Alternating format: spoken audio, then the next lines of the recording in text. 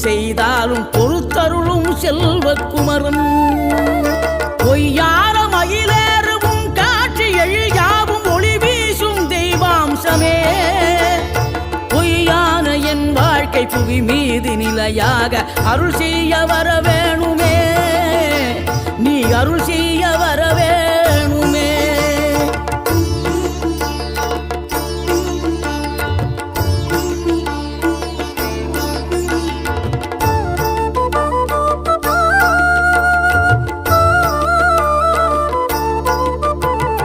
இகழ்தலையும் புகழ்தலையும் ஒரு முகமாய் கருதும்படி செவி உரைத்த முத்துக்குமரன் நீ வறுமையையும் வளமையையும் சமநிலையை உணரும்படி மதி கொடுத்த செல்வ